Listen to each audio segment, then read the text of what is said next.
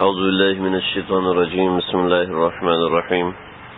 أرأيت الذي يكذب بالدين فذلك الذي يدع اليتيم ولا يحض على طعام المسكين فويل للمصلين الذين هم عن صلاتهم ساهون الذين هم يراءون ويمنعون الماءون. صدق الله العظيم. سورۃ الماعون مکہ میں نازل ہونے والی وہ سورت جس میں 7 آیتیں ہیں. اس کے اندر خاص طور پہ منافقوں کا ذکر ہے. ارأیت الذی یکذب بالدین، کہ آپ نے دیکھا ان لوگوں کو جنہوں نے آخرت کو جھٹلایا. فذلک الذی، یہ وہی لوگ ہیں یدع الیتیم، یتیم کو دھکا دیتے ہیں. ولا یحض علی طعام المسکین، اور وہ ترغیب نہیں دیتے مسکین کو کھانا کھلانے پر. فویل للمصلین، اور ویل ہے اور عذاب ہے ان نماز پڑھنے والوں پر. الذین هم عن صلاتهم ساہون، جو اپنی نماز سے غافل ہیں. الذین هم یراعون، الذین هم یراعون، یہ وہ لوگ ہیں جو کہ دکھاوا کرتے ہیں، ریاکاری کرتے ہیں. ویمنعون الماعون، اور وہ معون کو منع کرتے ہیں، ضروریات زندگی یا زکوٰۃ کو منع کرتے ہیں. یہ سورت کا خلاصہ اور مفہوم ہے. وہ لوگ جو کہ علم سے تعلق رکھنے والے علماء ہیں، طلباء ہیں، ان کی سہولت کے لیے بتاتا ہوں کہ یہ سورت خاص منافقوں کے لیے نازل ہوئی ہے. اس میں جو بھی صفات ہیں وہ صرف منافقوں کی ہیں، کسی اور کی صفات نہیں ہے اس کے اندر. جیسے فویل للمصلین فذلک الذی یدع الیتیم، اگر کوئی مسلمان کسی یتیم کو دھکا دیتا ہے تو وہ اس سے منافق نہیں بن جاتا، اور کسی کو کھانے کی ترغیب نہیں دیتا تو وہ منافق نہیں بن جاتا. اور وہ نمازی جو کہ نماز میں غافل ہے تو وہ منافق نہیں ہوتا. جو شخص ریاکاری کرتا ہے وہ منافق نہیں ہو جاتا. اور جو شخص زکوٰۃ کو منع کرتا ہے وہ منافق نہیں ہوتا. اور یہاں پر جو علامات بتائی گئی ہیں وہ اعتقادی منافقوں کی علامات بتائی گئی ہیں. یہ ایک بنیادی بات ہے. پانی دینا چاہیے. تو یہ ایک بنیادی منافقوں کی علامت ہے. لہذا میں اس کے اندر جو بات کروں گا وہ اس لیے چونکہ یہ درس قرآن ہے اور اس کے اندر بات صرف ان چند علامتوں کی ہے جو کہ منافقوں کا ذکر ہے ان علامات کے اندر. تو یہ چند ایک علامات اس سورت کے اندر بیان کی گئی ہیں.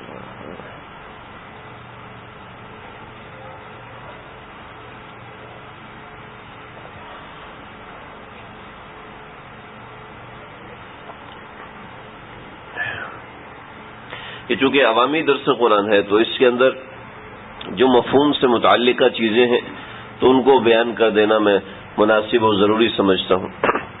ورنہ اس آیت کی تفسیر، اس صورت کی تفسیر صرف اتنی سی ہے. محدثین مفسرین کرام نے بھی اتنی ہی لکھی ہے جو میں نے آپ کے سامنے عرض کیا کہ یہ علامات منافقوں کی ہیں اور وہ یہ ہیں.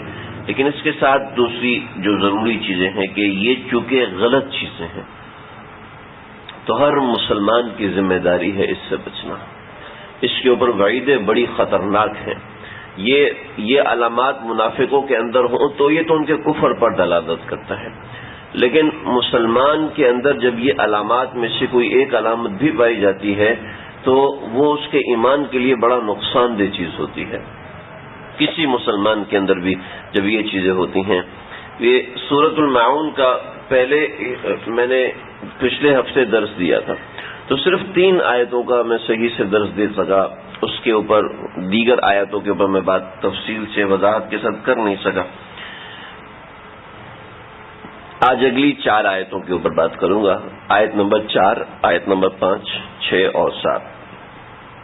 ان کے اندر 3 مضامین ہیں. ان 3 آیتوں کے اندر 4 آیتوں میں 3 مضامین ہیں.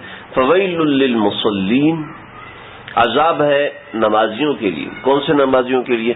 الذین هم عن صلاتهم ساہون، جو اپنی نماز سے غافل ہیں. جو اپنی نماز سے غافل ہیں. جو اپنی نماز سے غافل ہیں. یہ نہیں ہے جو اپنی نماز میں غافل ہیں، یہ مطلب نہیں ہے. جو اپنی نماز سے غافل ہیں. اس لیے میں نے یہ جملہ 3 بار بولا کہ جو اپنی نماز سے غافل ہونے کا مطلب یہاں پر یہ ہے کہ منافق لوگ صرف دکھاوے کے لیے نماز پڑھا کرتے تھے لہذا ان کو اس کی پرواہ نہیں ہوتی تھی کہ نماز کا وقت آ چکا ہے یا نہیں آیا. ان کو اس چیز کی پرواہ ہوتی تھی نماز کا وقت آیا تو کوئی مسلمان ہمیں دیکھ تو نہیں رہا. ان کو اس چیز کی پرواہ ہوتی تھی، تو اس لیے وہ نماز سے غافل تھے. اور نماز میں غافل ہو جانا یہ خاص طور پہ منافق کی علامت نہیں ہے. ایک بات یہاں پر انشاءاللہ وہ میں آگے عرض کروں گا. نماز میں غفلت کے بارے میں چند ایک چیزیں وہ میں یہاں پر عرض کر دوں کہ نماز میں غفلت کس طرح کی ہوتی ہے. علماء کرام مفسرین کرام نے لکھا ہے کہ نماز سے غفلت اور نماز میں غفلت، نماز سے غفلت منافق کے بارے میں ہے اور نماز سے غفلت مسلمان کو بھی ہو سکتی ہے، لیکن یہ نماز سے غفلت نفاق کی علامت نہیں ہوتا. اس بات کو واضح طور پر سمجھ لیں. ہاں، نفاق کی علامت یہ ہے جو میں نے پچھلے درس میں تفصیل کے ساتھ عرض کر دیا کہ نفاق یہ ہوتا ہے، منافقت یہ ہوتی ہے کہ ایمان دل میں نہیں ہے لیکن دوسروں کو ظاہر کر رہا ہے کہ میں مسلمان ہوں، تو ایسا شخص منافق ہوتا ہے. باقی جو شخص اعمال کے لحاظ سے نفاق کا مظاہرہ کرے تو وہ شخص منافق نہیں ہوتا، نہ کوئی شخص اس کو منافق کہہ سکتا ہے. ہاں، ہر شخص اپنے بارے میں خود فیصلہ کر سکتا ہے، لیکن بہرحال میں تفصیل عرض کر چکا ہوں. فویل للمصلین الذین هم عن صلاتهم ساہون، ویل ہے، عذاب ہے ایسے مصلیین کے لیے، ایسے نمازیوں کے لیے، الذین هم عن صلاتهم ساہون، کہ جو اپنی نماز سے غافل ہیں. نماز سے غفلت، میں نے علمی اعتبار سے بات واضح کر لی اس لیے کسی کو شبہ نہ ہو. نماز سے غفلت کے کئی ایک درجات ہیں. میں اور آپ دیکھیں کہ ہم نماز سے غفلت کے کسی درجے میں تو نہیں ہیں، اور بہت دیندار قسم کے لوگ، سمجھدار قسم کے لوگ بھی اس نوعیت کی غفلتوں میں مبتلا ہوتے ہیں. پہلی غفلت نمبر 1 کہ نماز کی کوئی پرواہ نہیں ہے. یہ پہلی غفلت ہے. نماز کی کوئی پرواہ نہیں ہے، نماز کا ٹائم ہے یا نہیں ہے. جس سے ہمارے ہاں ایک بڑا طبقہ ہے، ہمارے ملک کی بات کر رہا ہوں کہ 90% طبقہ بے نمازی ہے، کہ نماز کا کوئی دھیان نہیں ہوتا. اس 90% طبقے کا بے نمازی ہونے کے باوجود میں دیکھتا ہوں کہ مساجد کی کثرت ہے، کثرت مساجد ہیں، لیکن اس کے باوجود مسجدیں خالی ہوتی ہیں. مسجدوں کا آباد کر وہی مسجدیں آباد ہوتی ہیں جہاں کچھ طلبہ ہوتے ہیں، جہاں کچھ دین پڑھنے والے ہوتے ہیں. خیر، نماز سے غفلت ایک یہ ہے کہ نماز کی ادائیگی نہ کرنا. نمبر 1، نماز کی ادائیگی کا اہتمام نہ کرنا، نماز کی ادائیگی میں پابندی نہ کرنا. یہ کبھی ہو گیا تو نماز پڑھ لیا، کبھی وقت آ گیا تو چلو آج نماز پڑھ لیتے ہیں، کبھی عید کے دن نماز پڑھ لیا تو کبھی جمعے کے دن نماز پڑھ لیا. ہفتہ روزہ مسلمان ہوتے ہیں، کچھ سالانہ قسم کے مسلمان ہوتے ہیں، اور کچھ ہفتہ روزہ ہوتے ہیں کہ ہفتے میں ایک بار جمعے کے دن پڑھ لیا. اللہ ہم سب کو محفوظ رکھے. امام احمد بن حنبل رحمۃ اللہ علیہ تو فرماتے ہیں کہ نماز جان بوجھ کے چھوڑنے والا تو مسلمان ہی نہیں ہے، کافر ہے.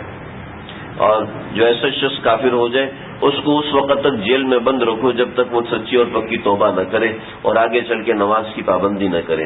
ہمارے حضرت شیخ دامت برکاتہم جا رہے تھے ایک شہر سے دوسرے شہر. ہمارے حضرت شیخ دامت برکاتہم نے واقعہ سنایا، حضرت صوفی شاہ فیروز عبداللہ میمن صاحب دامت برکاتہم نے واقعہ سنایا کہ ہمارے حضرت کے بھائی اور حضرت کے کوئی مسجد کے امام صاحب، یہ دونوں جا رہے تھے تو امر بالمعروف والوں نے روک لی گاڑی. کہ جی کیوں روکی؟ کہ نماز کا وقت ہے، تم گاڑی میں بیٹھے ہو. کہا ہم وہاں جا کے پڑھ لیں گے. کہا وہاں کس نے دیکھی ہے؟ وہاں تو ہم نے نہیں دیکھی، لہٰذا آپ جائیں اور جا کے نماز پڑھیں، اس کے بعد آپ کو چھوڑیں گے. تو دوسرے ملکوں میں تو بہت زیادہ پابندی ہوتی ہے. ہمارے حضرت موریشس سے آگے ایک جزیرہ ہے، وہاں پر 300 مسلمان ہیں. ہم مسجد میں گئے تو مسجد کے امام صاحب نے بتایا کہ جس دن 5 نمازی ہو جائیں ہماری بڑی عید ہو جاتی ہے کہ آج تو 5 نمازی آ گئے. نماز پڑھنے والا ہی نہیں ہوتا. تو 300 مسلمانوں میں کوئی 5 مسلمان بھی نماز پڑھنے نہیں آتے. تو آپ خود سوچیں آگے کیا حالات ہوں گے. کہ یہودی یہ کہتے تھے کہ جب مسلمانوں کی جمعے کی نماز اور فجر کی نماز کی تعداد ایک ہو جائے، جب مسلمانوں کی اور فجر کی نماز اور جمعے کی نماز کی تعداد ایک ہو جائے تو سمجھ لو مسلمان فتح ہونے والے ہیں. تو خود دیکھیں ہمارے کیا حالت ہیں. اللہ حفاظت فرمائے، اللہ حفاظت فرمائے. پہلا تو یہ درجہ ہے نماز سے غفلت کا کہ نماز ہی نہیں پڑھتا. دوسرا درجہ نماز سے غفلت کا وہ کیا ہے؟ وہ یہ ہے کہ نماز تو پڑھتا ہے، پابندی نہیں کرتا. قضا کر کے پڑھ لی، جماعت چھوڑ دی، یہ پابندی نہیں کرنا. قضا نماز کر دی، یہ بعد میں پڑھ لی. خاص طور پر ہماری بچیاں، ہماری بہنیں، مائیں جو گھروں میں نماز کا وقت آتا ہے، اذان کا وقت آتا ہے تو اذان ہوئے 2 گھنٹے گزر جاتے ہیں، چلو جلدی سے نماز پڑھ لو، وقت ختم ہونے سے پہلے نماز پڑھ لیتے ہیں. مناسب طریقہ یہ ہے کہ ایک کیلنڈر ملتا ہے، 10-15 روپے کا ملتا ہے، دارالعلوم کراچی کا چھپا ہوا، اس میں وقت داخل ہونے کا لکھا ہوتا ہے. اس وقت گھر کے اندر اگر 2 خواتین ہیں، 3 خواتین ہیں، 4 خواتین ہیں، 5 خواتین ہیں، چاہے جتنی بھی خواتین، سب ایک جگہ جمع ہو جائیں اور ایک جگہ کو متعین کر لیں کہ یہ ہمارے گھر کی مسجد ہے، اور اس جگہ متعین کر کے اس جگہ پر ہی نماز پڑھا کریں. اس سے انشاءاللہ بہت فائدہ ہو. جیسے کوئی ایک خاتون ہے تو وہ گھر میں ایک مصلی اور ایک جائے نماز اور ایک جگہ متعین کر لے، وہاں پر مصلی بچھا رہنے دے. ہمارے ہاں کچھ ایسا الٹے قسم کے رواج ہے، مصلی موڑ دیا، چلو جی اس پہ شیطان سجدہ نہیں کرے گا. بھائی آج کر دے شیطان سجدہ، تو مسلمانوں کی جان چھوٹ جائے گی، اچھی بات ہے. یہ اس قسم کی وہمیات ہیں. تو ایک جگہ ہو جس پر مصلی بچھا رہے، جب کبھی وقت فارغ ملا، بچے تنگ کرتے رہتے ہیں، اس طرح کے معاملات ہوتے ہیں، تو اس طرح کے حالات تو آتے رہتے ہیں، تو کبھی انسان بڑی مشکل سے نماز کے لیے وقت نکال پاتا ہے اور کبھی 4-4 6-6 تسبیحات بھی کر لیتا ہے. تو انسان اس کا حریص ہو. تو دوسرا درجہ یہ ہے کہ نماز تو پڑھتا ہے لیکن اس کی پابندی نہیں کرتا، وقت کی پابندی نہیں کرتا. قضا کر کے پڑھ لی، جماعت کو چھوڑ دیا، یہ دوسرا درجہ ہے. دیکھیں پہلے اور دوسرے درجے میں تو ہم نہیں ہیں. پھر تیسرا درجہ وہ نمازی جو نماز تو پڑھتا ہے لیکن توجہ سے نہیں پڑھتا، بس نماز، یہ بھی نماز سے غفلت ہے. اور چوتھا وہ درجہ ہے کہ جو نماز تو پڑھتا ہے، توجہ سے نہیں پڑھتا لیکن توجہ کی کوشش کرتا ہے، تو یہ غافل نہیں ہے. اب اس کی نماز میں چاہے 2 منٹ کی توجہ ہو کافی ہے، چاہے 1 سیکنڈ کی توجہ ہو، کوشش کر رہا ہے، تو اب یہ نماز سے غفلت والوں میں نہیں ہے. اور پانچواں وہ نمازی ہے جو کہ نماز پابندی سے ادا کرے اور توجہ کے ساتھ ادا کرے. اللہ تعالیٰ ہمیں یہ سارے درجات عبور کر کے 5ویں درجے تک پہنچنے کی توفیق عطا فرمائے. پہلا وہ شخص جو کہ نماز ہی نہیں پڑھتا، یہ بھی نماز سے غفلت ہے. دوسرا وہ شخص جو کہ نماز تو پڑھتا ہے لیکن وقت پہ نہیں پڑھتا، پابندی نہیں کرتا اور ترتیب سے نہیں پڑھتا، یہ کبھی قضا کر دیا، کبھی، یہ دوسرا قسم کا نمازی، یہ نماز سے غافل ہے. تیسرا وہ نمازی جو کہ نماز تو پڑھتا ہے لیکن توجہ سے نہیں پڑھتا، نہ ہی توجہ سے پڑھنے کی کوشش کرتا ہے، یہ بھی نماز سے غافل ہے. چوتھا وہ نمازی جو توجہ سے پڑھنے کی کوشش کرتا ہے، یہ غافل نہیں ہے. اور پانچواں وہ نمازی جو کہ توجہ سے پڑھتا ہے، یہ نماز سے غافل نہیں ہے. تو اللہ تعالی ہمیں اگر ہمارے اختیار میں تو ہے نا کہ توجہ حاصل کرنے کی کوشش کرنا. بہت سے طریقہ کار ہیں توجہ حاصل کرنے کے. پچھلی دفعہ ایک طریقہ بتایا تھا، اپنے جسم کو ساکت کر لیں، الفاظ کو اونچی آواز میں پڑھنا شروع کر دیں، اتنی اونچی آواز میں پڑھے کہ کانوں تک آواز آئے، الفاظ کے اوپر دھیان دیں، توجہ سے ارکان کو ادا کرے. بہت سے طریقے، کوئی ایک طریقہ اپنانا شروع کر دیں، فرق پڑنا شروع ہو جائے گا. نماز کو سنت کے مطابق ادا کرنے کی کوشش کریں. کوشش کا لفظ بول رہا ہوں، ضروری نہیں کہ آپ سنت کے مطابق ہی ادا کریں، کوشش کریں، آہستہ آہستہ سنتیں بھی سیکھتا جائے گا. الذین هم عن صلاتهم ساہون، جو کہ اپنی نمازوں سے غافل ہیں. دیکھیں کہیں ایسا تو نہیں ہے کہ ہم اپنے فرائض سے غافل ہو رہے.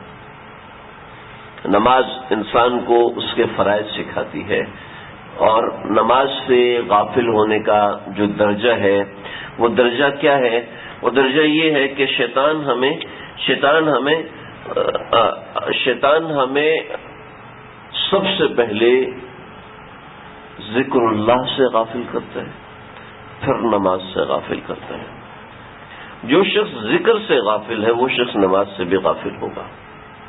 آج کل کئی نوجوان ایسے آ کے ملے، کئی بچیوں کے خط اور ای میل میں نے خود پڑھے کہ نماز کے اندر گناہوں کے خیالات آتے ہیں.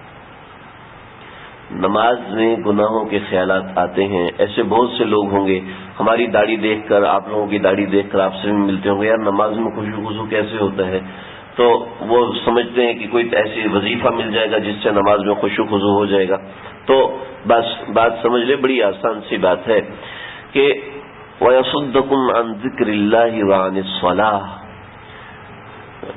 کہ تم کو خمر کیا شراب اور جوئے سے منع کیا ہے, کیونکہ اس کے ذریعے سے شیطان تم کو ذکر سے روکتا ہے اور نماز سے روکتا ہے. شیطان جب نماز سے انسان کو غافل کرنا چاہتا ہے تو سب سے پہلے وہ انسان کے ذکر اللہ پہ حملہ کرتا ہے.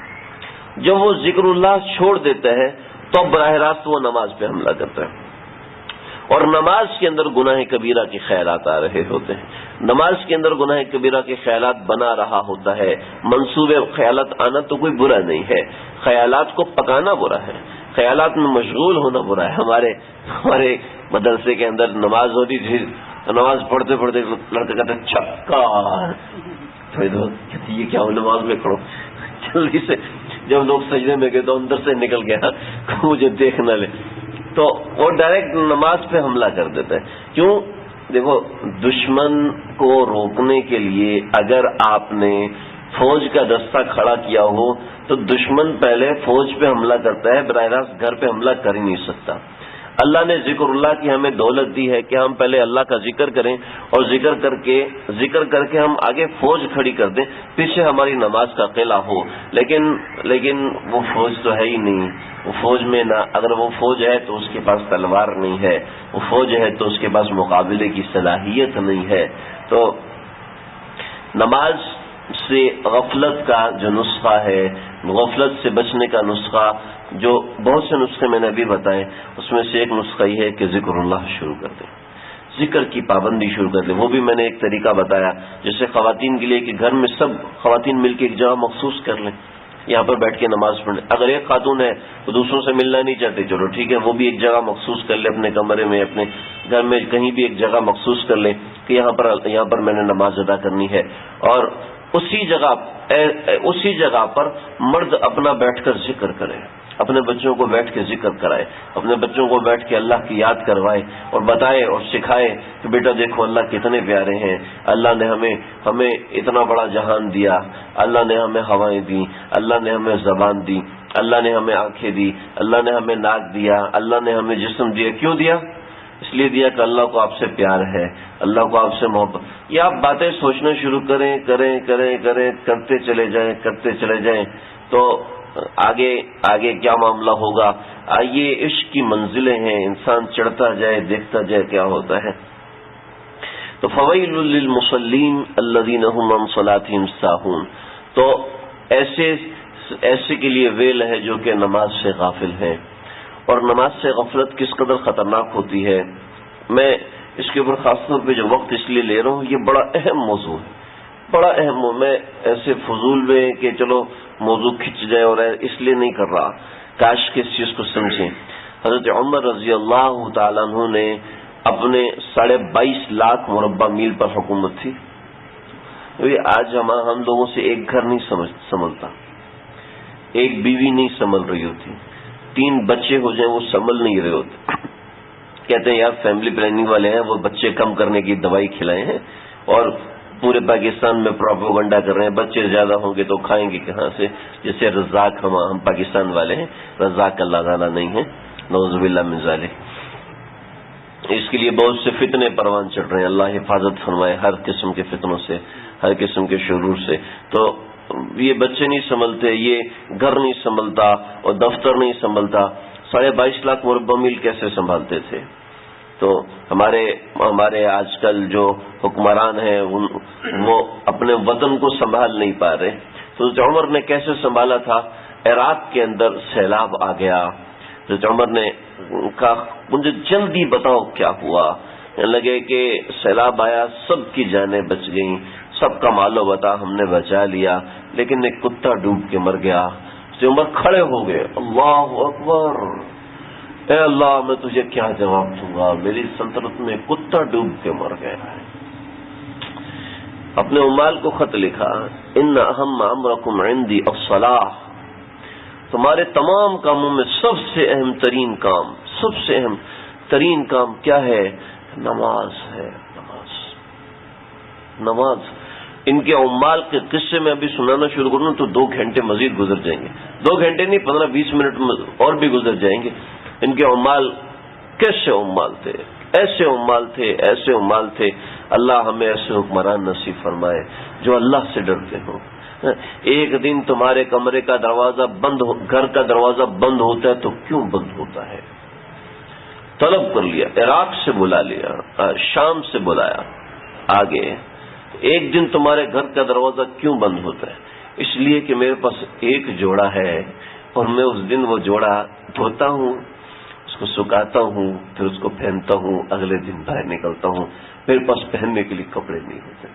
اللہ اکبر۔ ایسے عمال ایک سوال پر طلب کر لیا۔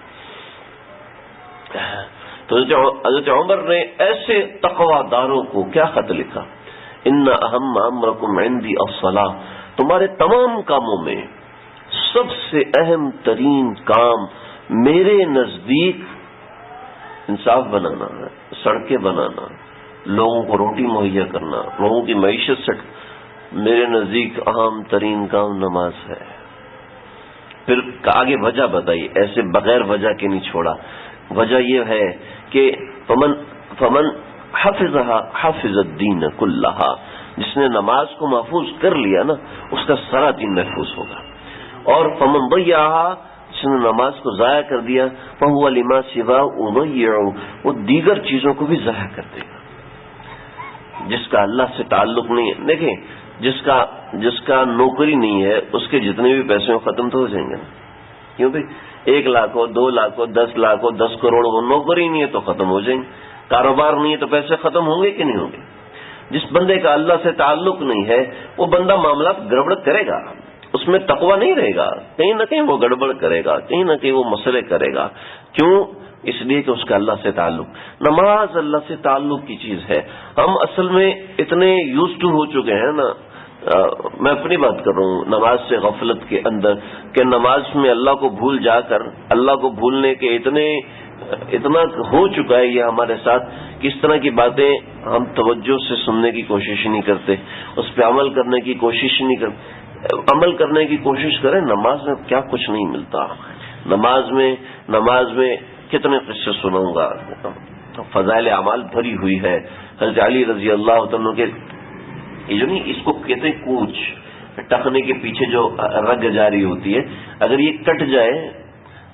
کٹ جائے کونچ تو انسان چلنے سے معذور ہو جاتا ہے، چاہے کچھ کر لے۔ اب یہ اس کو جوڑنے کی ٹیکنالوجی آج تک پیدا نہیں ہو سکی، تو اس کو کونچ کہتے ہیں۔ فَعَقَرُوهَا فَدَمْدَمَ عَلَيْهِمْ، فَعَقَرُوا، آقر کہتے ہیں کونچ کاٹنے کو، عربی میں کونچ کاٹنے کو ہم تو اردو کہتے ہیں گلا کاٹ دیا، بازو کاٹ دیے، ٹانگیں کاٹ دی، ہڈی کاٹ دی، اور سب کے لیے کاٹنے کا لفظ استعمال ہوتا ہے۔ عربی میں ہر چیز کو کاٹنے کے لیے الگ لفظ استعمال ہوتا ہے۔ اگر چھری لمبی کر کے ماری تو اس کو کہتے ہیں، اس ذبح کرنے کو کہتے ہیں نحر۔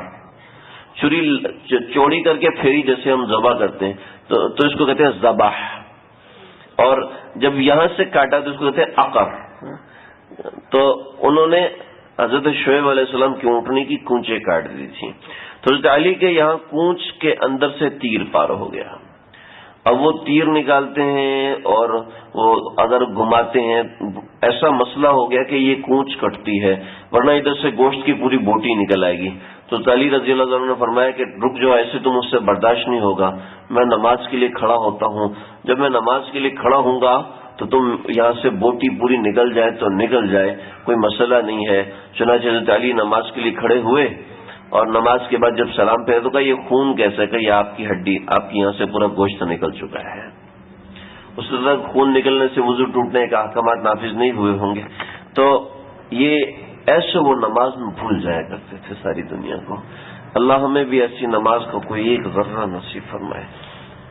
جو شخص نماز سے غافل ہو جاتا ہے نا، اس کے دیگر تمام کے تمام معاملات سے غفلت ہو جاتی ہے، جو بھی معاملات ہوتے ہیں اس سے وہ غافل ہونا شروع ہو جاتا ہے۔ الذین ھم یراؤن، وہ لوگ نماز پڑھتے ہیں لیکن دکھاوے کے لیے پڑھتے ہیں، جب کوئی دوسرا دیکھ نہیں ہوتا تو نماز بھی نہیں پڑھتے۔ یہ تو خاص منافقوں کے لیے ذکر ہے. یہاں پہ ایک دوسرا بڑا گناہ جو میں نے کہا تھا 3 موضوعات ہیں، اس میں سے دوسرا موضوع الذین هم یراؤون، وہ لوگ جو کہ ریاکاری کرتے ہیں. ریاکاری کیسا گناہ ہے؟ نبی کریم صلی اللہ تعالی علیہ وسلم نے فرمایا کہ کچھ لوگ جنت کی طرف لے جائے جائیں گے، جنت کے اتنے قریب ہو جائیں گے کہ ان کو جنت کی خوشبو آنے لگے گی، تو اللہ تعالیٰ فرمائیں گے ان کو جنت سے واپس کھینچ کے جہنم میں ڈال دو. تو وہ حسرت سے اللہ کی طرف دیکھیں گے، کہیں گے اللہ ہمیں کیوں واپس بھیجا جا رہا ہے؟ فرشتوں سے اللہ جواب دیں گے ان کو بتا دو، ہم ان سے مخاطب نہیں ہوں گے، ان کو بتا دو کہ انہوں نے جن لوگوں کے لیے کام کیا تھا وہ لوگ خوش ہو گئے. ریاکاری کی تعریف میں نے پچھلی دفعہ بتائی تھی، موضوع جوڑنے کے لیے پھر بتا رہا ہوں. ریاکاری وہ عمل، کوئی عمل کسی دوسرے کو دکھانے کی نیت سے کیا جائے، اس کو ریاکاری کہتے ہیں. حدیث میں اس کی مختلف وضاحتیں آئی ہیں. میں آپ کو سب باتوں کا خلاصہ بتاتا ہوں تاکہ یہ موضوع سمجھ میں آ جائے. انسان جب دین کے اندر آتا ہے نا، دین میں چل آتا ہے تو اس کے لیے دین ایسے ہوتا ہے، ایسے کھلا، دونوں ہاتھ کھول کے میں آپ کو بتا رہا ہوں کہ ایسے دین کھلا ہوا. پھر آگے چلتا چلتا چلتا جاتا ہے تو اوپر جا کے نا اس کی حدیں کم ہوتے ہوتے ہوتے ہوتے ہوتے ہوتے بالکل چھوٹی ہو جاتی ہے. مطلب یہ ہے کہ اس کے مزاج میں نزاکت آنے لگتی ہے.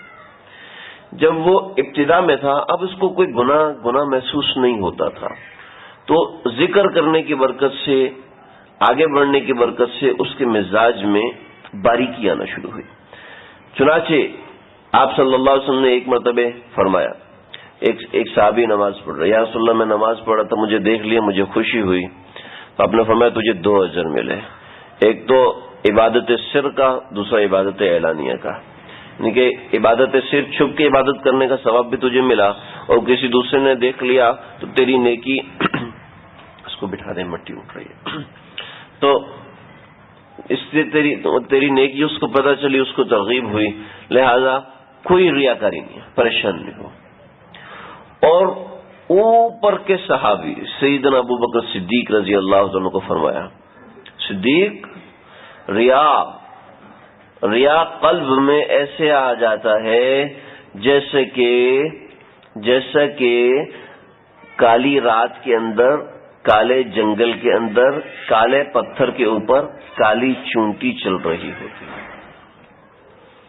وہاں پر عمل میں نزاکت تھی. سیدنا ابو بکر صدیق رضی اللہ عنہ کے عمل میں انتہائی نزاکت تھی. اور یہاں پر عوام الناس کو بتانے والا معاملہ تھا، تو عوام الناس کو بتانے کے لیے یہ، اور اپنے عمل سے ڈرتا رہے. مولانا الیاس صاحب رحمۃ اللہ علیہ، ایک بات یاد آئی ان کی سنا دوں، ان کا ریا کے حوالے سے بتانا ہے.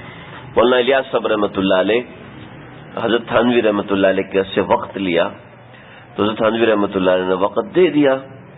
تو حضرت تھانوی رحمۃ اللہ علیہ کے پاس نے جو وقت دیا تھا، تو درمیان میں جس بندے نے پیغام پہنچایا تھا اس نے کوئی اور وقت بتا دیا، 1 گھنٹہ تاخیر کا. حضرت تھانوی رحمۃ اللہ نے مثال ہے 2 بجے کیا بولا، تو ان کو جا کہا جی 3 بجے آ جائیں. تو وہ لوگ 3 بجے پہنچ گئے. جیسے وہ 3 بجے پہنچے تو حضرت تھانوی رحمۃ اللہ علیہ تو فاروق ہی تھے نا، فوراً اصلاح فرماتے تھے. اور 2 بجے کا وقت دیا تھا اور 3 بجے آپ لوگ تشریف لائے. آپ لوگوں کو وعدے کی پاسداری نہیں آتی، آپ کو وقت کی پابندی نہیں آتی، آپ کو یہ وقت کی پابندی نہ کرنے سے حضرت تھانوی تو اصلاح کرنے میں، جب اصلاح کرنے آتے تھے تو 2 گھنٹے تقریر کر جاتے تھے، کسی کو چھوڑتے نہیں تھے، کسی ایک بندے کو بھی نہیں چھوڑتے تھے. ایک شخص آ گیا تبرک لینے کے لیے بیٹھا ہوا، حضرت تھانوی رحمۃ اللہ علیہ کو تبرک دینے سے بڑی الجھن ہوتی تھی. اور ایسا تبرک لینے والا جو کہ بتائے بھی نہیں کہ مجھے تبرک چاہیے، تو ایسے سے اور الجھن ہوتی تھی کہ جو حضرت تبرک چاہیے تو حضرت ہاں ٹھیک ہے لے لو، لیکن یہ مناسب نہیں، اگلی مرتبہ نہیں مانگنا. لیکن وہ ایسا شخص جو زبردستی تبرک لینے کے لیے بیٹھا ہو، پھر اس کے لیے ایسی ڈانٹ پڑتی تھی. مغرب کی نماز 10 منٹ لیٹ ہو گئی، کلی کرنے آئے تھے، وہ پیچھے تبرک لینے کے لیے کھڑا ہو گیا، تو ڈانٹ رہے ہیں، ساری مسجد والے جمع ہو گئے. تو حضرت تھانوی ایسے اصلاح فرماتے تھے، تو ڈانٹا. تو مولانا منظور احمد نعمانی صاحب فرماتے ہیں کہ مولانا منظور احمد نعمانی سب بولنے لگے. حضرت ہم تو مولانا الیاس نے ہاتھ پکڑ لیا, خاموش, چپ ہو گئے. جب حضرت تھانوی خاموش ہوئے, ہمارے حضرت ہم سے تو بڑوں کو تکلیف ہی پہنچی ہے, اسی کی اصلاح کے لیے آپ کے پاس حاضر ہوا. یہ تھے مولانا الیاس, اسی کی اصلاح کے لیے. میرے والد صاحب اس صاحب سے خود ملے جن صاحب کے ساتھ یہ واقعہ ہوا. انہوں نے فرمایا کہ میں کھیت میں ہل چلا رہا تھا تو ایک بوڑھا آدمی میرے پاس آیا اور مجھے کہا کہ مسجد میں چلو. میں نے کہا کہ میرا کام ہے, میں نہیں آؤں گا مسجد. تو میرے ساتھ میں ہل چلا رہا ہوں, میرے پیچھے پیچھے چل رہا ہے. کہ کھیت میں پانی لگا ہوا ہے اور میں اس میں ہل چلا رہا ہوں اور یہ ننگے پاؤں, اس کے پاؤں گارے میں لتھڑے ہوئے میرے پیچھے چل رہا ہے. تو مجھے تھوڑی دیر بعد غصہ ہے, میں نے جس ڈنڈے سے بیل کو مارا تھا وہ ڈنڈا میں نے ان کو مار دیا. تو انہوں نے میری جان چھوڑی اور چلے گئے مسجد. مجھے شرم آئی ہے, اتنے بوڑھے آدمی کو انہوں نے ڈنڈا مار دیا, یہ تو مناسب نہیں تھا. کہنے لگا میں بھی پیچھے آیا مسجد, تو سجدے میں گرے ہوئے اور کہا اے اللہ, دعا کر رہے, اے اللہ اس بندے کی برائی نہیں ہے, میرے بلانے میں کمی تھی اس وجہ سے وہ مسجد نہیں آیا. یہ بزرگ کون تھے, بوڑھے کون تھے؟ مولانا الیاس صاحب رحمۃ اللہ, جن کی تبلیغی جماعت آج دنیا میں گشت کر رہی ہے, دنیا کے کونے کونے میں گشت کر رہی ہے. مولانا الیاس صاحب رحمۃ اللہ علیہ اتنے بڑے عالم, اتنے بڑے اللہ والے, اتنا بڑا کام چلانے والے کہ آج تک وہ کام چلتا جا رہا ہے, بڑھتا جا رہا ہے. اللہ اور بڑھائے, اللہ ان مبارک لوگوں کے تذکروں سے ہماری اس محفل کو قبول فرما لے, ہمارے جملہ مقاصد کو قبول فرما لے. مولانا الیاس صاحب رحمۃ اللہ علیہ نے مفتی شفیع صاحب کا ہاتھ پکڑ لیا اور کہنے لگے کہ مجھے اپنے جو میں نے جماعت نکالی ہے مجھے اس بارے میں بڑا ڈر لگتا ہے کہ اس میں معلوم نہیں کہ اخلاص ہے یا اخلاص نہیں ہے. سمجھے؟ اب ان کے مزاج میں تو ریاکاری نہیں ہے, لیکن وہ جس فیلڈ پر, جس مقام پر بیٹھے ہیں تو ان کو ڈر لگتا ہے. چنانچہ جو شخص کوئی بھی نیک عمل کرتا ہے اور اس کو اپنے عمل سے ڈر نہیں لگتا تو یہ شخص خطرے میں ہے. ایک بات. دوسرا, کوئی شخص کوئی نیک عمل کرتا ہے, اس نیک عمل کرنے کے بعد اس کو خوشی کا احساس ہوتا ہے, خوشی کا احساس ہوتا ہے اور وہ بتاتا ہے کہ دیکھو میں نے یہ عمل کیا, اور اس عمل میں خوشی کا اظہار کر رہا ہوتا ہے. یہ شخص خطرے میں ہے, یہ شخص شدید خطرے میں ہے. جو شخص اپنے عمل پہ خوش ہو کے خوشی کا اظہار کر رہا ہے اور اپنے عمل کو فخر سے بتا رہا ہوتا ہے, اپنے عمل کو فخر سے بتا رہا ہوتا ہے. میں ابھی بتاتا ہوں ہمارے معاشرے کے اندر یہ کس نوعیت کی چیزیں آ رہی ہیں. اللہ تعالیٰ ہم سب کی حفاظت فرمائے. اس میں بہت سی چیزیں ہیں, بہت سی باریکیاں ہیں. اپنے عمل کو فخر سے بتا رہا ہے, اپنے عمل کو خوشی سے بتا رہا ہے, تو یہ شخص بھی خطرے میں ہے. اس کو میں نہیں کہہ رہا کہ ریاکاری ہے, لیکن یہ اخلاص کے منافی ہے. ریاکاری ایک طرف ہوتا ہے اور اخلاص دوسری طرف ہوتا ہے. جیسے دو متضاد ہیں نا, زمین اور آسمان. تو ایک طرف اخلاص ہے, دوسری طرف ریاکاری ہے.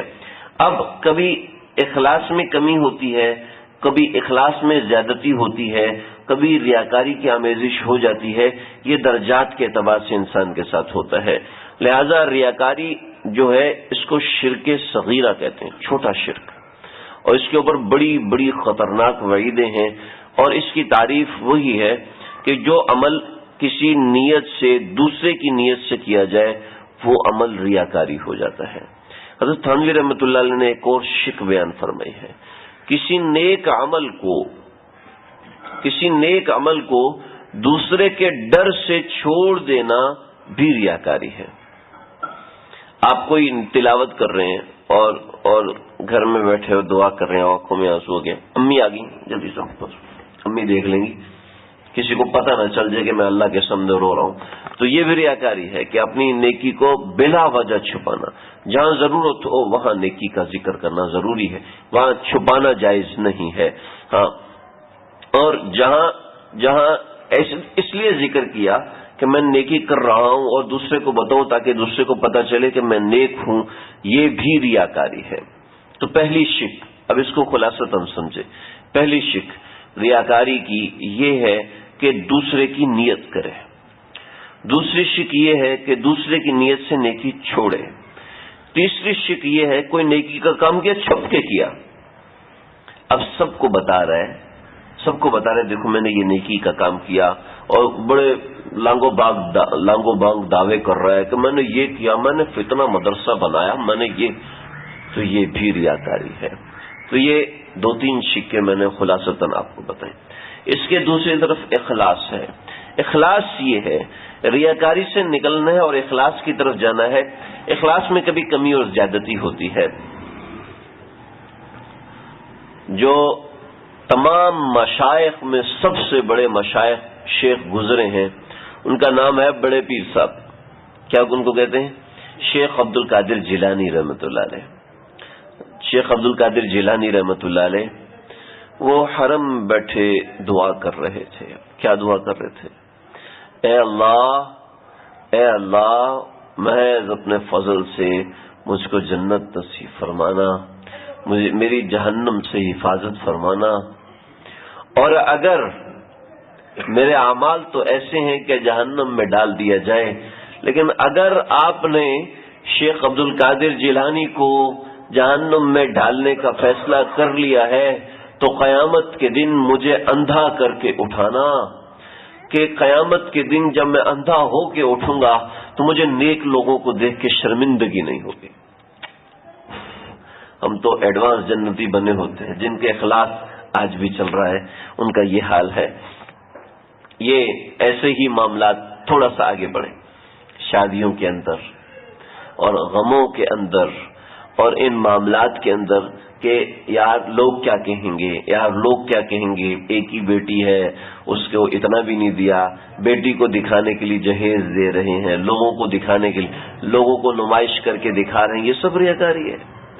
لوگوں کو نمائش کر رہے ہیں کہ ہم اپنی بٹیا کو یہ دے رہے ہیں. لوگ کیا کہیں گے شادی میں صرف ایک ڈش بنائیے.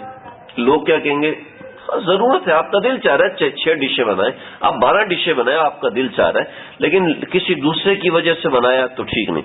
گھر کے اندر آپ نے 5 لاکھ روپے کا صوفہ لایا, کوئی منع نہیں ہے. ضرورت آپ کو دل چاہ رہا تھا کہ لے کر آئے, ہمارے پاس بڑے لوگ آتے ہیں, اچھے لوگ آتے ہیں, دل چاہتے ہیں کہ 5 لاکھ کا صوفہ لے آئے, کوئی منع نہیں ہے, شریعت اس کی اجازت دیتی. لیکن 50,000 کا بیڈ لے آئے کہ لوگ کیا کہیں گے, اتنے بڑے لوگ ہیں اور چھوٹا سا بیڈ رکھا ہوا ہے, لوگوں کی وجہ سے یہ کیا, یہ ریاکاری ہے. تو یہ ایک شک ہو گئی. دوسری شک اپنے اعمال جتلانا. اپنے اعمال جتلانا یہ بھی اس شک میں تو نہیں آتا, لیکن یہ مناسب نہیں ہے, ریاکاری میں نہیں آتا. لیکن میں نے چونکہ بتایا کہ درس قرآن ہے اور اس میں عوامی موضوعات چلتے ہیں, عام طور پہ ہمارے گھروں میں جھگڑے ہو رہے ہوتے ہیں, گھروں میں لڑائیاں ہو رہی ہوتی ہیں, اور کیا ہوتا ہے شوہر بیوی کو اپنے احسانات یاد کروا رہے ہوتے ہیں, بیوی شوہر کو اپنے احسانات یاد کروا رہی ہوتی ہے. دیکھو میں نے یہ کیا, دیکھو میں نے وہ کیا, دیکھو میں نے ایسے کیا. آج بھی ایسا ہی معاملہ ہوا. ہمارے کسی صاحب نے رابطہ کیا, میں نے ان کو بتایا کہ دیکھو گھر میں 2 لوگ ہوتے ہیں, ایک میاں اور ایک بیوی. دنیا ایک طرف ہو جائے, آپ دنیا کی کسی آرگنائزیشن کو دیکھ لیں, دنیا کے کسی دفتر کو دیکھ لیں, سارے لوگ ایک جتنے نہیں ہوتے ہیں. ایک بڑا ہوتا ہے باقی چھوٹے ہوتے ہیں. ایسا ہوتا ہے نا. کوئی ایسا ہو جس کے دفتر میں سارے برابر ہوں, کل مومن اخوۃ, سارے مومن برابر ہیں, بس بھائی بھائی ہیں, لہذا ہم سارے برابر. آج سے کوئی باس نہیں, کوئی چوکیدار نہیں. ایسا ہوتا ہے؟ ایسا کہیں نہیں ہوتا. اگر کہیں ہو جائے تو مجھے بتائیں دفتر کتنی دیر میں بند ہوگا؟ چند منٹ میں بند ہو جائے گا. چند منٹ میں اس کا کاروبار ختم ہو جائے گا, کاروبار ٹھپ ہو جائے گا چند منٹ میں. چند گھنٹے لگیں گے زیادہ سے زیادہ. تو ورکر کہیں گے جی ہم نے اے سی والے کمرے میں نا, آپ جناب اب جا کے سارے کام کریں, ہم برابر ہیں. ایسے جب گھر میں یہ سسٹم ہو جاتا ہے نا, بیوی کہتی ہے میں بڑی ہوں, شوہر کہتا ہے میں بڑا ہوں, تو گھر میں جھگڑے ہوتے ہیں. اللہ نے فیصلہ کر دیا الرجال قوامون علی النساء, مرد عورتوں پر حاکم ہے. جب مرد بڑا ہے تو عورت کو بڑا بننے کا حق نہیں ہے. شوہر کی عظمت کیسی ہے, ایک چھوٹی سی بات اس پہ بتا. نبی کریم صلی اللہ علیہ وسلم نے فرمایا کہ اگر اللہ کے علاوہ کسی اور کو سجدہ کرنے کا حق ہوتا، اجازت ہوتی، میں اس حدیث کو ایسے بیان نہیں کرتا، میں یہاں تک آ کے روک دیتا ہوں۔ میں دوبارہ پوچھتا ہوں، آپ حضرات بھی بتائیں، اور جو ہماری مائیں بہنیں سن رہی ہیں وہ اپنے دل میں سوچیں، اگر آپ اپنے دل سے سوال کریں، میں اپنے دل سے سوال کرتا ہوں، اگر اللہ کے علاوہ اگر سجدہ کرنے کی مستحق کوئی ذات ہوتی تو وہ کون تھے؟ آقا صلی اللہ علیہ وسلم تھے نا۔ اللہ کے بعد اگر سجدہ روا ہوتا تو ہمارے آقا صلی اللہ علیہ وسلم کو سجدہ روا ہوتا کہ کعبہ تو وہاں جا کے روضہ رسول پہ جا کے لوگ سجدہ کر رہے ہوتے۔ اگر جائز ہوتا ہے تو جائز نہیں ہے، حرام ہے۔ میں ایک مثال دے رہا ہوں، اللہ کے نبی اس مثال کو کیا فرما رہے ہیں؟ تبدیل فرما رہے ہیں۔ میرا اور آپ کا دل ابھی بھی یہی کہتا ہے اگر اللہ کے علاوہ کسی اور کو سجدہ ہوتا تو آقا صلی اللہ علیہ وسلم ہوتے۔ آقا فرما رہے ہیں اللہ کے علاوہ کسی اور کو سجدہ جائز ہوتا تو میں بیویوں سے کہتا ہوں شوہر کو سجدہ۔ مجھے بتائیں اس سے بڑھ کر عظمت سکھانے کا کوئی اور طریقہ ہے؟ اس کا مطلب ہے جب بیوی کے دل میں شوہر کی عظمت ہوگی کبھی اونچی آواز میں بات کرے گی؟ بیوی کے دل میں شوہر کی عظمت ہوگی تو کبھی ایک عورت آقا صلی اللہ علیہ وسلم کے سامنے آ کے بولی تھی، ایک عورت نے آ کے اونچا اونچا بولنا شروع کر دیا تھا، قد سمع اللہ۔ آئی آپ صلی اللہ علیہ وسلم بیٹھے ہوئے تھے، عائشہ آپ صلی اللہ علیہ وسلم کی کنگھی فرما رہی تھیں، تو وہ آئی اور کہنے لگی اللہ کے نبی میرے شوہر نے زہار کر دیا، اللہ کے نبی آپ اللہ سے ایک طرح کی طلاق دے دی۔ اللہ کے نبی آپ صلی اللہ علیہ وسلم نے فرمایا جب اللہ نے فیصلہ کر دیا، اللہ کو حکم آ گیا تو اب میں تو تبدیل نہیں کر سکتا تھا۔ نہیں نہیں نہیں، اللہ سے کہو فیصلہ میرے حق میں دے۔ یہ اس کو کہتے ہیں مجادلہ، ایک ہوتا ہے مناظرہ، دونوں آپ بھی دلائل دیں میں بھی دلائل دیتا ہوں، جس کے دلائل صحیح ہوئے اس کی بات مان لیں گے، ہے وہ کہتے ہیں مجادلہ، میں بھی دلائل دوں تم بھی دلائل دو لیکن بات میری ماننی پڑے گی، تو اس کو کہتے ہیں مجادلہ۔ تو اللہ نے فرمایا قد سمع اللہ قول التی تجادلک فی زوجها وتشتکی الی اللہ واللہ یسمع تحاورکما۔ قد سمع اللہ قول التی تجادلک، اللہ نے بات سن لی اس عورت کی جو تجھ سے لڑائی کر رہی تھی، تو وہ اس کی لڑائی کی نسبت اللہ کے نبی کی طرف ہوئی، اللہ نے اس کو قرآن بنا دیا۔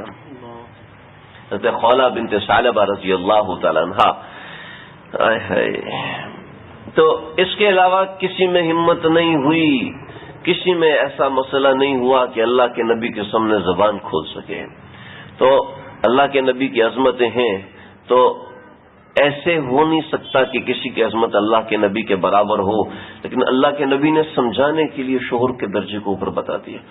اب جو بیوی شوہر سے مطالبے کرے، لڑائیاں کرے، تو تجھے میرے مشورے کے مطابق چلنا چاہیے، یہ تو ہے ہی گھسوٹ، بیوقوف ہے۔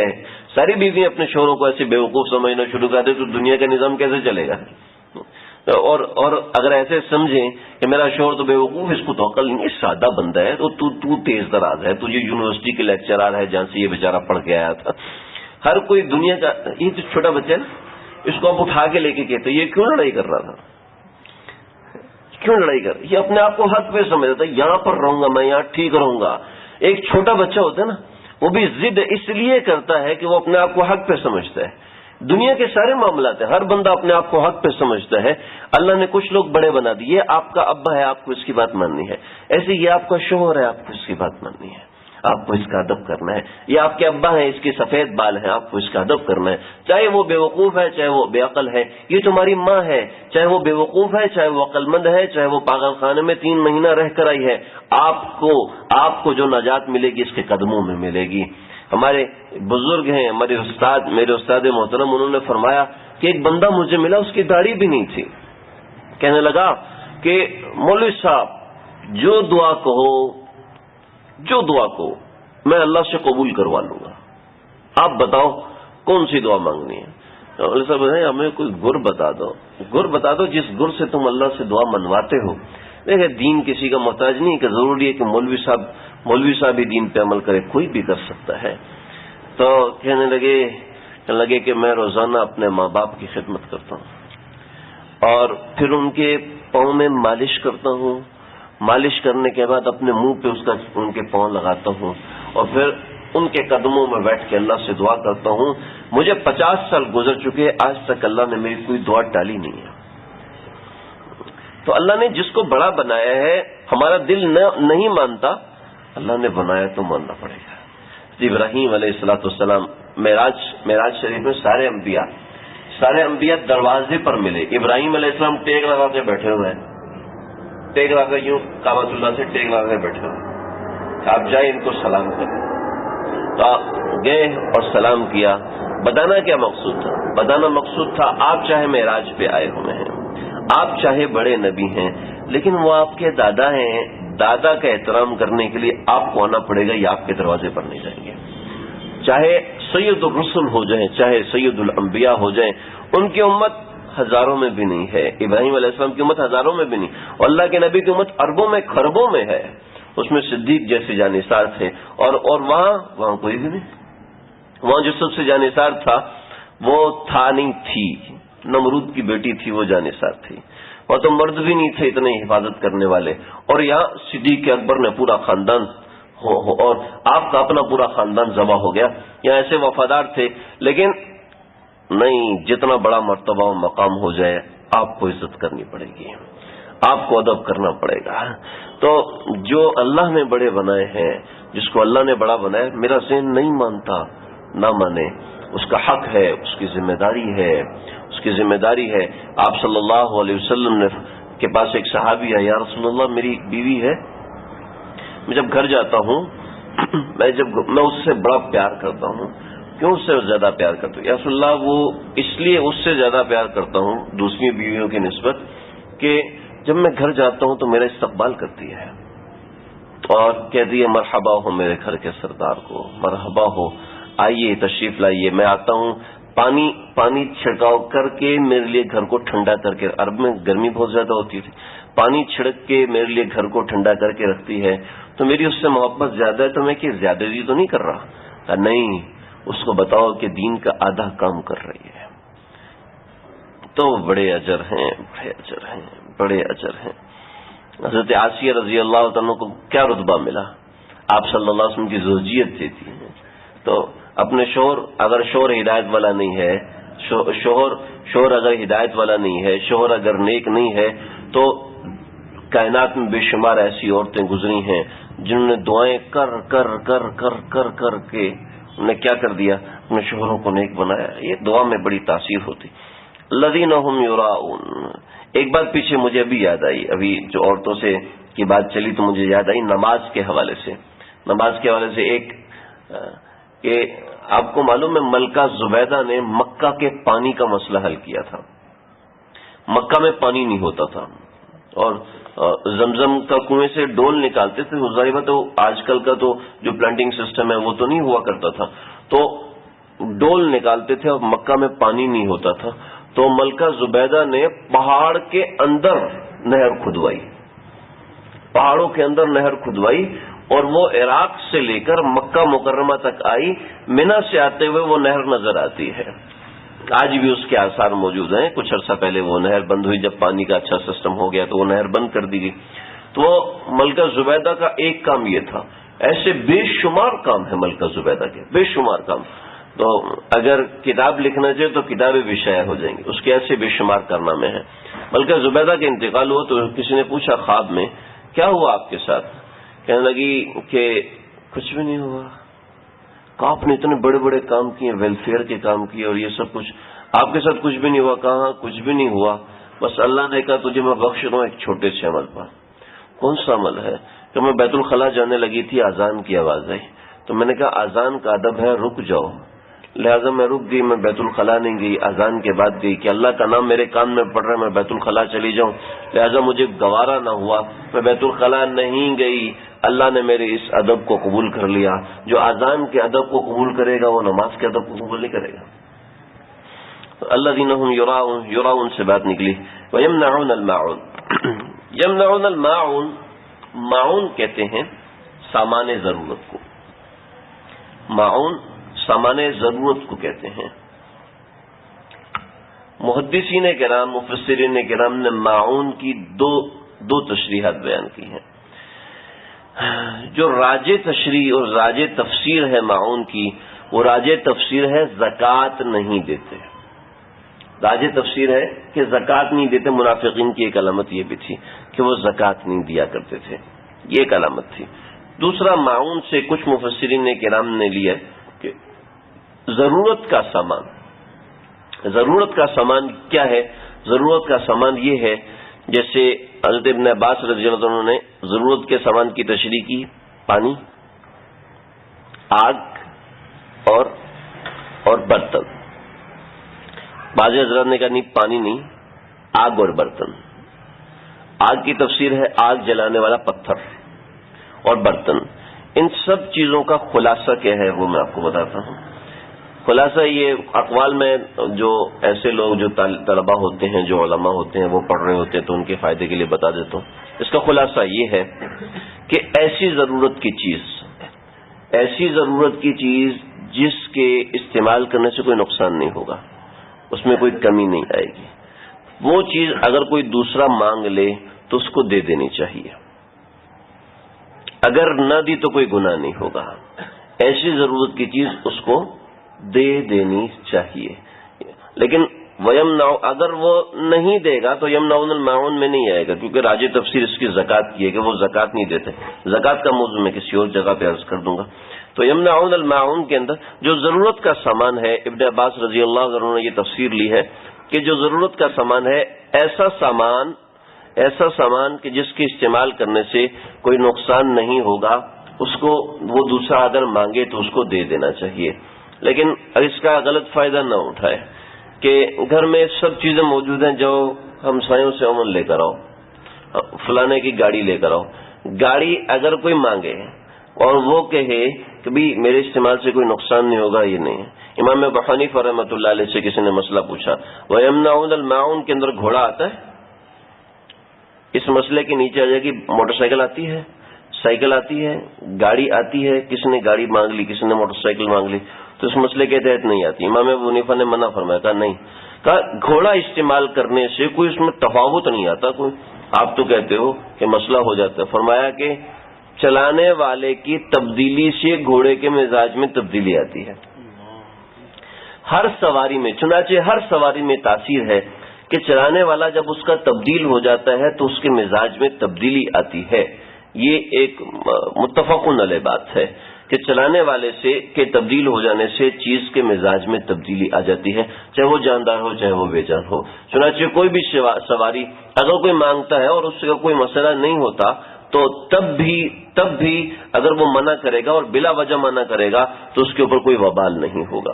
اس کے تحت میں نے پچھلی مرتبہ ایک مسئلہ بتایا تھا، تو اس مسئلے سے کوئی کنفیوز نہ ہو. مسئلہ میں دوہرا دیتا ہوں، یہ آخری بات ہے کہ مسئلہ یہ ہے کہ کوئی مسلمان ضرورت مند ہے، واقعتاً ضرورت مند ہے. ضرورت مند کی تعریف یہ ہے کہ جس کے نہ ہونے سے ضرر ہو، اور وہ ضرورت مند اگر بنا ہے اپنی حرکتوں کی وجہ سے. بطور مثال چیلنج کیا، چھت سے چھلانگ لگاؤں، وہ نیچے گر کے ٹانگ ٹوٹ گئی، ٹھیک ہے، اور اب وہ ضرورت مند بن گیا، اب اس کی ٹانگ جڑوانی ہے، اس کے لیے 10,000 روپیہ چاہیے. تو اب یہ ضرورت مند نہیں ہے، اس کو کہتے ہیں بتکلف ضرورت مند بننا. ضرورت مند وہ ہے جو واقعتاً ضرورت مند ہو، بتکلف ضرورت مند نہ بنا ہو، اور اس کا گزارا دوسری جگہ سے ہو سکے، اس کا گزارا کسی دوسری جگہ سے نہ ہو سکے. ایسا ضرورت مند ہے، آپ اس کو جانتے ہیں اور آپ کے پاس استعداد بھی ہے کہ آپ اس کی مدد کرو، تو آپ اس کی مدد کسی بھی فارم میں کرو، یہ آپ کے لیے ضروری ہے. اگر نہ کیا تو گنہگار ہو گیا. چاہے اس کو قرض دے کے کریں، چاہے اس کی ویسے ہی صدقہ دے کر کریں، چاہے مال کے ذریعے سے کریں، چاہے جسم کے ذریعے سے کریں. صرف دعا والی نہیں ہے. ہاں میں دعا کرتا ہوں اللہ کرے تو ٹھیک ہو جائے، صرف دعا والی نہیں. جو ضرورت جسے کہتے ہیں، جو چیز نظر آتی ہے ایسی چیز کے ذریعے سے ضرورت پوری کرنا، کیا انٹینجیبل کہتے ہیں، کیا کہتے ہیں، جسے مرئی چیز کہتے ہیں. مرئی چیز ہماری اصطلاح، مرئی چیز کے ذریعے سے مدد کرنا ضروری ہے، جتنی مدد کر سکے. بطور مثال اس کو ضرورت ہے 10,000 کی، واقعتاً مستحق ہے اور 10,000 کی اس کو ضرورت ہے. اب اس کو میرے پاس 500 روپے میں دے سکتا ہوں. اپنے لحاظ سے مدد کر. میرے پاس 500 روپے قرض دے سکتا ہوں کیونکہ میں خود ضرورت مند ہوں، یا میرا دل نہیں مان رہا آپ کو ویسے دینے میں آپ کو ضرورت کے طور پہ دے سکتا ہوں. یہاں تک فقہا نے لکھا ہے. آپ اس سے کہو کہ ٹھیک ہے اپنی ٹوپی مجھے دے دو، پیسے لے جاؤ، جب پیسے واپس کرو گے یہ ٹوپی لے جانا. آپ مجھے اپنی گھڑی دے دو، آپ مجھے یہ چیز دے دو، وہ چیز دے دو، یعنی کہ عاریت کے طور پہ یہ چیز دے دو اور 3 مہینے کے بعد دوبارہ لے جانا. 4 مہینے کے بعد 1 سال کے بعد جو آپس میں طے ہو جائے کہ مجھے یہ پیسے واپس کر دینا اور اپنی یہ چیز دوبارہ واپس لے لینا. تو یہاں تک فقہا نے لکھا ہے. یہ میں نے اس کے تحت ایک مسئلہ ذکر کر دیا تھا، اس کی میں نے کچھ وضاحت کی ہے کہ کوئی مسلمان واقعتاً ضرورت مند ہے اور آپ سے اس نے ضرورت کا کہا بھی ہے. اگر اس نے نہیں کہا تو آپ کو کوئی گناہ نہیں ہوگا. اس نے آپ کو ضرورت کا کہا بھی ہے، آپ کے پاس استطاعت بھی ہے اور آپ اس کی مدد کر سکتے ہو. اگر آپ نے اس کی مدد نہ کی تو گناہ گار ہوں گے. تو یہ مسئلہ اس سے تھوڑا سا مل رہا تھا، اس لیے عرض کر دیا. تو یہ سورۃ الماعون کا دوسرا حصہ مکمل ہوا. ارأیت الذی یکذب بالدین، کیا آپ نے دیکھا ان لوگوں کو جن نے جھٹلایا آخرت کو. فذلک الذی یدعو الیتیم، کہ وہ لوگ ہیں جو یتیموں کو دھکا دیتے ہیں. ولا یحض علی طعام المسکین، اور وہ یتیم کو کھانا کھلانے پر ترغیب بھی نہیں، مسکین کو کھانا کھلانے پر ترغیب بھی نہیں دیتے. فویل للمصلین، اور عذاب ہے ایسے نمازیوں کے لیے جو کہ نماز سے غافل ہوتے ہیں. الذین هم یراؤن، وہ تو صرف دکھانے کے لیے نماز پڑھ رہے ہوتے ہیں. ویمنعون الماعون، جو خفیہ چیز ہوتی ہے اس کو وہ جھٹلا رہے ہوتے ہیں، منع کر رہے ہوتے ہیں، یعنی کہ زکوٰۃ کو وہ لوگ منع کر رہے ہوتے ہیں. اللہ تعالی ہم سب کو سوچنے کی، عمل کرنے کی توفیق عطا فرمائے.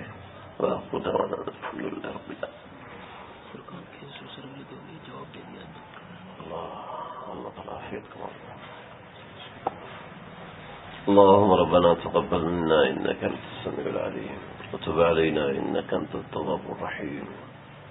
افرغ علينا صبرا وثبت أقدامنا وانصرنا على القوم الكافرين.